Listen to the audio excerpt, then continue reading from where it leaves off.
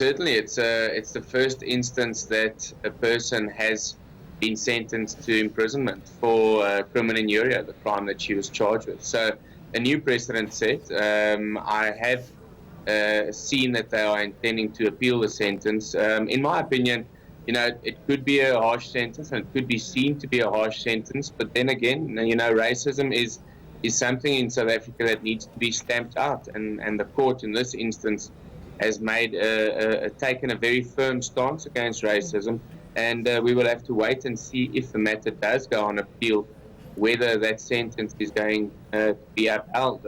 Just to remind everyone that she was sentenced to 3 years direct imprisonment, one of those years being suspended. So in other words, she will be serving 2 years in jail after having been convicted of the crime of criminal injuria. So when we look at whether this is precedent setting, Ulrich, and also we have to, in that context, we have to look at what happened before this in the likes of Penny Sparrow and some other incidents that happened then. She got away with a 5,000 Rand fine, 2 years imprisonment, suspended, and then wondering whether in this case, when it comes to Vicki Momberg, was it possibly the number of times, not just the fact that she used the K word, but the number of times, the context? Do we have to look at the finer detail of those things? And also her behavior after the charges were laid, and just how she conducted herself afterwards, and was seen to be making excuses for her behavior, even justifying it.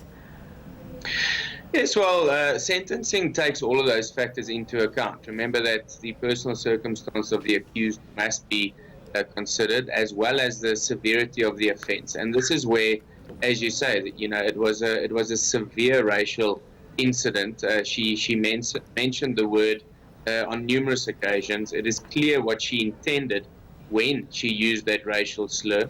And then the interests of community need to be taken into account. So what message is sent out to society? That's my point earlier.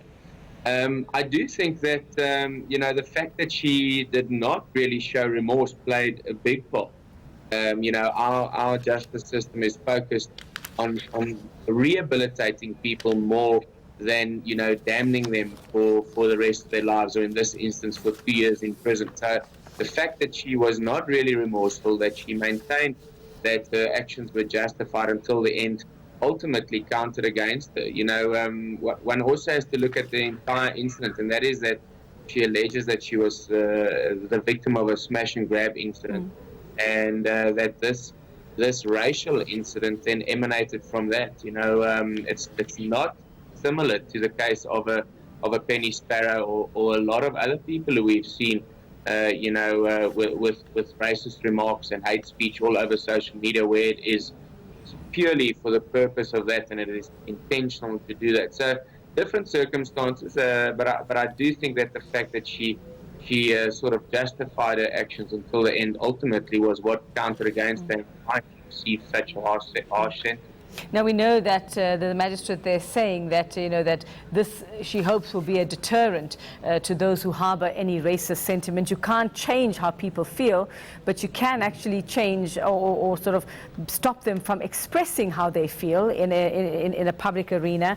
And you also in the context of the hate crimes legislation that we've been talking about over the past couple of weeks as well, we have to wonder whether this will actually change people's behaviour. Can we hope to do that? And whether a jail sentence will make her more hateful when she comes out of there, or will it have been some sort of rehabilitation, we wonder.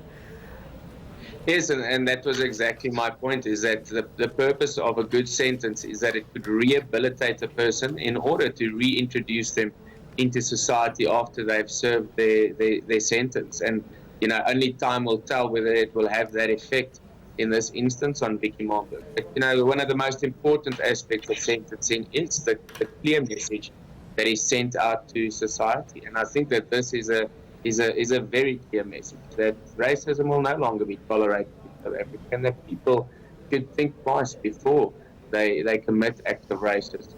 Be it in the instance of Vicki Momberg, where it was, subsequent to an incident which occurred and after a so-called smash and grab incident, or whether people, spread this vitriol and this hate speech over social media. All of these instances no longer has any place in our society, and I think that the message sent out clearly says that and clearly attempts to prevent that from happening in future. Thanks very much for your time. That's defense lawyer Ulrich Roux joining us via Skype this morning.